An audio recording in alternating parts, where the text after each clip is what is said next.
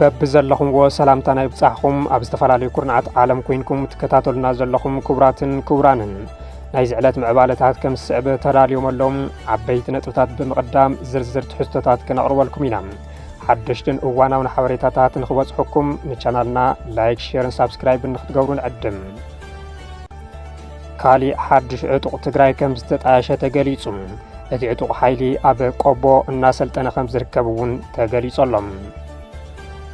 ፕሬዝደንት ኢሳያስ አፈወርቂ ኣብ ኢትዮጵያ ሓዊሱ ኣብ ሃገራት ምብራቕ አፍሪካ ዝርአ ዘሎ ጎነጽ መበገሲኡ ብሔር ተኮር ፖለቲካ ኢሎም መፍትሒኡ ድማ ዜግነታዊ ፖለቲካ ምኽታል ይኽብሉ ገሊጾም ጀነራል ሰራዊት ምክልኻል ኢትዮጵያ ተቐቲሉ እቲ ጀነራል ኣብ ጉዕዞ እናሃለወ እዩ ብዕጡቓት ሓይልታት ተቐቲሉ ተባሂሉ ሰራዊት ሱዳን ኣብ ጥቓ ደቡብ ኢትዮጵያ ዝርከብ ከባቢ ተቆጻጺሩ بخالي زينا وهاب هزوت دقف السودان كاب ليبيا بركز زبالة تشكركرت خمزة مسلتات الرقاقيصهم حزي ناب زرزرهم سناي مكتتال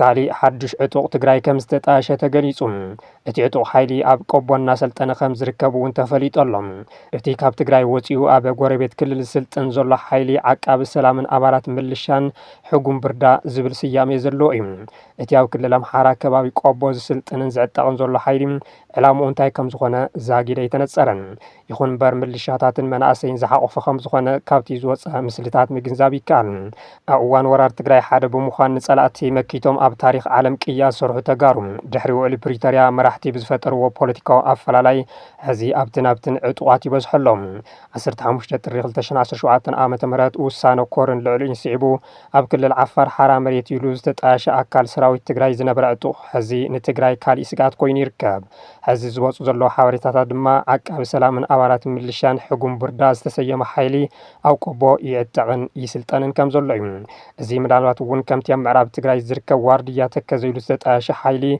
حدا كبابين محلاو زعتاق زلو كخون كم زغلي جمات بتي بلبتي كل عامتات بخوينات 3 عامتات دما بصلاحتان تقراي مليو كم برك خازيكا على منجس فيدرال تقارو ننوع علم بلع زبل استراتيجي زختر زلو يمثل اتياب كل العفار 16 صانيح دمانا بسلمتن سقطان استزرقها حايلين بمنجس فيدرال استدقفن اب تقراي زلو سرعات بحايلين ملوات نستودو مخانو قلصنا خونا مسيوم حزد ما اب كل الامحارا كبابي قبوي سلطنا لوز بحال زلو حايلي بتمساسالي بسرعات بلصقنا زدقف كم زخون تأميتولم تقراي بتقارو زبل صنح سلتي حاصويان حزي بسرعات بلصقنا بچبوط استكبار كم زلو بزحات يገልጹ ቀዳማይ ሚኒስትር አብይ አህመድ ሓደ እዋን ኣብ ክልል አምሓራ ጎነጸሎም ኣብ ክልል ኦሮሚያ እውን ጎነጸሎም ኣብ ካልኦት ክልላት እውን በተመሳሳሊ ኣብ ትግራይ ግና ግርጭት የለም ሰላም እዩ እዚ ከመይሉ ክኸውን ብምባል መላ ኢትዮጵያ ጎነጽ ዝፈጥሩ ዘለው ተጋሪኦም ዝብል መልእኽቲ ምምሕልላፎም ዝከር እዚ ብልጽግና ካብቲ ንሱ ዝፍጽሞ ዘለው ፖለቲካውን ቁጠባውን ሽርሕ ብተወሳኺ ትግራይ ውሽጣ ሰላም ከይትረክብ ብደቃ ህውኻ ቆሪጹ ይሰርሕ ከም ዘሎ ዝወጹ ዘለው ሓበሬታታት ምስክር እዮም ፕሬዝደንት ኢሳያስ አፈወርቂ ኣብ ኢትዮጵያ ሓዊሱ ኣብ ሃገራት ምብራቕ አፍሪካ ዝርአ ዘሎ ጎነጽ መበገሲኡ ብሔር ተኮር ፖለቲካ ኢሎም መፍትሒኡ ድማ ዜግነታዊ ፖለቲካ ምኽታል ይኽብሉ ገሊጾም ፕሬዝደንት ኢሳያስ አፈወርቂ ትማሊ 16 ጉንበት ኣብ ዝተኸበረ መበል 35 ዓመት በዓል ነጻነት ኤርትራ ከም ልሙድ ኣብ ጉዳይ ኣፍሪካን ኣሜሪካን ግዚኦም ዝወዱ እንትኾኑ ብቐንዱ ድማ ኣብ ኢትዮጵያ ሱዳን ሶማልያን ደቡብ ሱዳንን ዘሎ ጎነጽ ዳህሲሶም ኣብ ሶማልያ ኢትዮጵያ ሱዳንን ደቡብ ሱዳንን ዘሎ ኣዝያ ሰካፍ ኩነታት ዝያዳ ኣቕልቦን ስራሕን ከም ዝሓትት ጎልሁ ምህላው ብምሕባር ብሓፈሻ ተመሳሳሊ ባህርያት ክርአን ከሎም ብውድህታት ህንፀት ሃገሪ ተባሂሉ ክጠቃለል ከም ዝኽእል እዮም ፕሬዝደንት ኢሳያስ ገሊጾም ኣብዚ ወጥሪ ዝመልኦ ዞባ ዘሎ ዘይምርጋዕ እናገደደ ዝመጽእ ዘሎ ምኽንያት ኢድ ኣታውነት ወፃኢ ሓይልታት ብዘተባብዕ መንገዲ ምዃኑ ዝጠቐሱ እቶም ፕሬዝደንት በዚ ምኽንያት ድማ ኣብዚ ሕዚ እዋን ኣብ ኢትዮጵያ ሶማልያን ሱዳንን ዘሎ እዋናዊ ኩነታት ሙሉእ ብምሉእ ዝተዓገተ ወይ ዝተዓፀወ ብምዃኑ እቲ ዞባ ኣብ ትሕቲ ከቢድ ስግኣት ከም ዝርከብን እዚ ጉዳይ እዚ ህፁፅ ቆላሕታን ስራሕን ከም ዝጠልብን بقلص ገንዚቦም ፕሬዝደንት ኢሳያስ በፍላይ ኣብ ኢትዮጵያን ጎራብቲ ሃገራትን ዝረአ ዘሎ ቅልውላዋት ከም ዓብይ ናይ ሃገር ህንፀት ውድቀት ብምቁፃር እቲ ቀንዲ ፀገም ዜጋታት ብሓበራዊ ሃገራዊ መንነት ኣብ ትሕቲ ሓደ ጽላል ኣኪብካ ናይ ዜግነት ፖለቲካ ካብ ምህናፅ ወፃኢ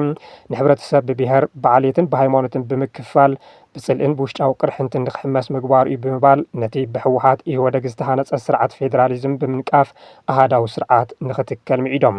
ካብዚ ብተወሳኺ ናይቲ ሃገር ላዕላውነትን ሕጋዊ ናይ መንግስትነት መሓውርን ዝትክኡ ወይ ድማ ዘፍርሱ ኣዘዝቲ ኩናት ምፍጣሮም ሱር ዝሰደደ ምግፋሕ ግዕዝይና ከምኡ እውን ንናይ ወፃኢ ሓይልታት ድልየት ተገዛእ ምዃን ንኢትዮጵያ ንዝገደደ ሓደጋ ከም ዘቃልዓ ገሊፆም።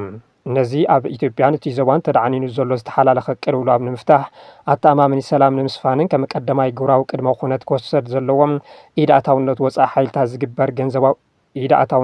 ሓይልታትን ዝግበር ገንዘባዊ ሓገዝን ሙሉእ ብምሉእ ጠጠው ክብል ከም ዘለዎ ፕረዚደንት ኢሳያስ ብጽኑዕ ተሓሳሲቦም። ጀነራል ሰራዊት ምክልኻል ኢትዮጵያ ተቐቲሉ። እቲ ጀነራል ኣብ ጉዕዞ እናሃለዉ እዩ ብዕጡቓት ሓይልታት ተቐቲሉ ተባሂሉ። ላዕለዋይ ኣመራርሓ ሰራዊት ምክልኻል ሃገር ብርጋዴር ጀነራል ኣስናቀ ኣይተነው ምስ ብርክት ዝበሉ ኣባላት ሰራዊት ተቐቲሉ ኣሎ። እቲ ምክትል ኣዛዚ እዚ ማእኸል ሰራዊት ምክልኻል ሃገር ዝኾነ ብርጋዴር ጀነራል ኣስናቀ ብናይ ኣምሓራ ፋኖ ብሄራዊ ምንቅስቓስ ኣብ ፍሉይ ቦታ ኣንደ ዶዲቾ ብዝተፈፀመ ሓያል መጥቃዕቲ እዩ ተቐቲሉ ተባሂሉ። ካብ ከተማ ነቀምቲ ተበጊሱ ናብ ጊዳ ኣያና ወታደራዊ ምንቅስቓስን ምውፋርን እናገብረ ኣብ ዝነበረሉ ሰዓት መጥቃዕቲ ዘጋጠሞ እቲ ኣዛዚ ዕጡቕ ሓይሊ ፋኖ ናይቲ ጀነራል ዑደትን ምንቅስቓስ ኣንፈትን ኣቐዲሙ ብምጽናዕ ኣብ ፍሉይ ቦታ እንደ ዶዲቾ ሓያል ሰራዊት ኣዳልዩ ብምጽናሕ ከም ዘጥቅዖ ዝበፁ ሓበሬታታት የመልክቱ። ኣብቲ ዘጋጠመ ልውውጥ ተኽሲ ምክትል ኣዛዚ እዚ ማእኸል ሰራዊት ኢትዮጵያ ዝኾነ ብርጋዴር ጀነራል ኣስናቀ ኣይተነው ነቲ መጥቃዕቲ ክከላኸሎ ብዘይምኽኣሉ ምስቶም ንዕዑ ዓጂቦምዎ ዝነበሩ ዓጀብቱ ኣብቲ ቦታ ተቐቲሎም ተባሂሉ። እቲ መጥቃዕቲ ፋኖ ወተሃደራዊ ዓቕሙ ካብ ክልል ኣምሓራ ወፃኢ እውን ብፍላይ ኣብ ከባቢታት ወለጋን ክልል ኦሮሚያ ዘለዎ ስትራቴጂካዊ መስመራትን ብዕቱ ናይ ምቁፅጻርን ላዕለዎት ጀነራላት ናይ ምቕንጻልን ዓቕሙ ዘርእየሉ ሓድሽ ምዕራፍ ምዃኑ ይግለጽ ኣሎ።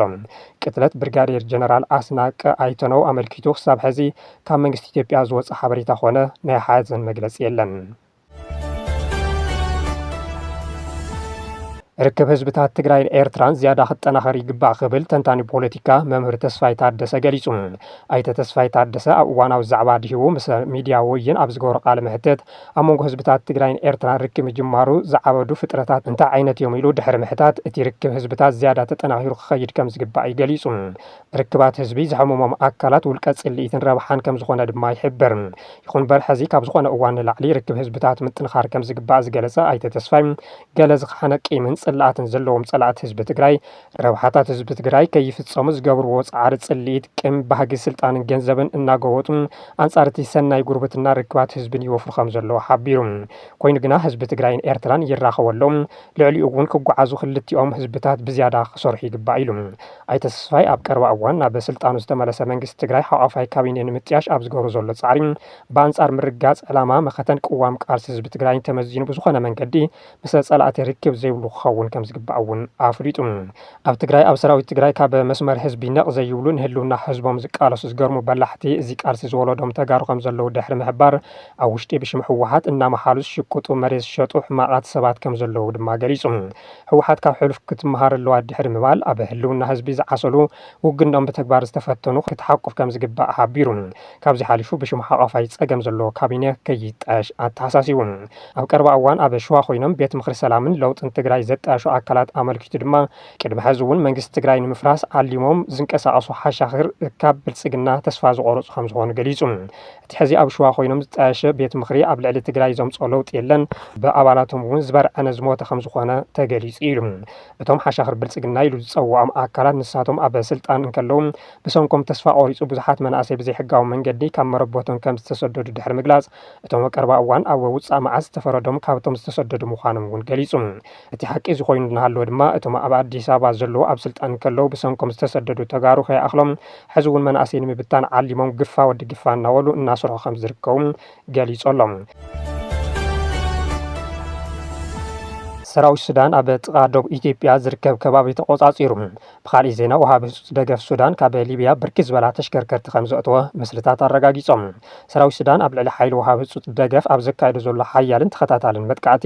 ኣብ ግዛት ሰሜናዊ ናይል ኣብ ወሰን ከተማ ኣልኩምሩክ ኣብ ጥቓ ደቡብ ኢትዮጵያ ንዝርከብ ከባቢ ኣልባራካ ከም ዝተቆጻጸረ ዕላው ገይሩ።